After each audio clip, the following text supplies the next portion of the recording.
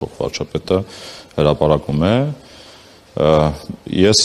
ընդամենը տարբեր առիթներով եղել է դրա մասին խոսել ենք, այդ թվում նաև պարբերաբար ինձ հարց են տալիս Թուրքիայի սահմանի բացման հետ կապված, մենք մեր խնդիրը մաքսային վերահսկողությունը կազմակերպելն է ցանկացած սցենարի դեպքում, այդտեղ խոսում ենք օրինակ ապաշրջափակման մասին, սահմանների բացման մասին, ուղղակի պետք է այդ սցենարներին պատրաստել։ Հիմա ես հստակ ասել եմ, որ մենք սցենարներին պատրաստ ենք այն առումով, որ ունենք օրինակ նույն մարգարեի կետը ունենք համապատասխան սարքավորումներ եւ գործիքներ, որոնք հնարավորություն կտան ցանկացած սցենարի ադապտացվել եւ մեր մաքսային վերահսկողությունը իրականացնել։ Սրա մասին է խոսքը, էլի։ Հիմա եթե խոսքը կոնկրետ հայ-ադրբեջանական այդ երկաթգծի շահագործման մասինն է, եթե այստեղ օրինակ կողմերը հասնեն քաղաքական համաձայնության եւ արդեն երկաթգիծը գործի, մաքսային վերահսկողության հնարավորություն ՊԿ ունենալու է, այսինքն այդ գնացքները, որոնք անցնելու են Հայաստանի տարածքով, ամբողջությամբ այդ բեռների մասին, պարունակության մասին ինֆորմացիան դուք ունենալու եք եւ խնդրի դեպքում ունենալու եք նաեւ լծակ այն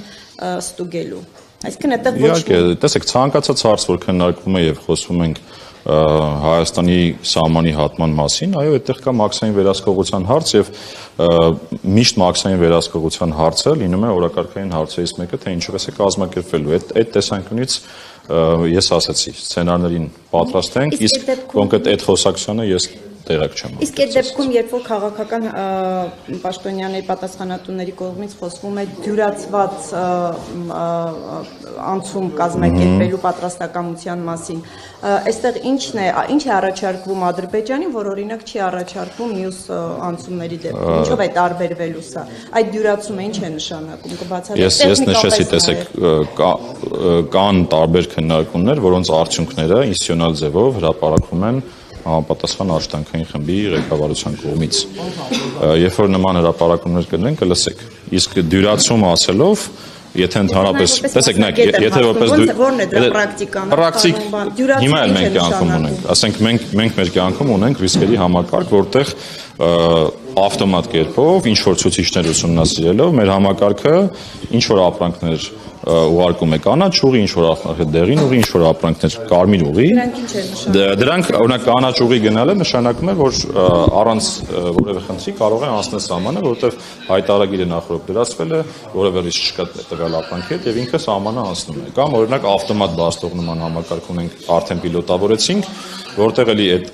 ցուցիչների ուսումնասիրության արդյունքում ներմուծումը ավտոմատ բաց է թողնվում սահմանին, որտեղ մենք տեղեկատվություն ունենք, որ ինքը ռիսկային չէ։ Այո։ Եվ ընթացքում որևէ միջամտություն։ Այսինքն չի լինում այնպես, որ օրինակ մենք չգիտենք ինչ է անցնում սահմանին եւ ավտոմատ բաց ենք թողում։ Այսինքն այդ մեխանիզմները վաղուց կան։ Հիմա եթե օրինակ խոսքը կոնկրետ Ադրբեջանի դեպքում է, երբ դուք տեսնեք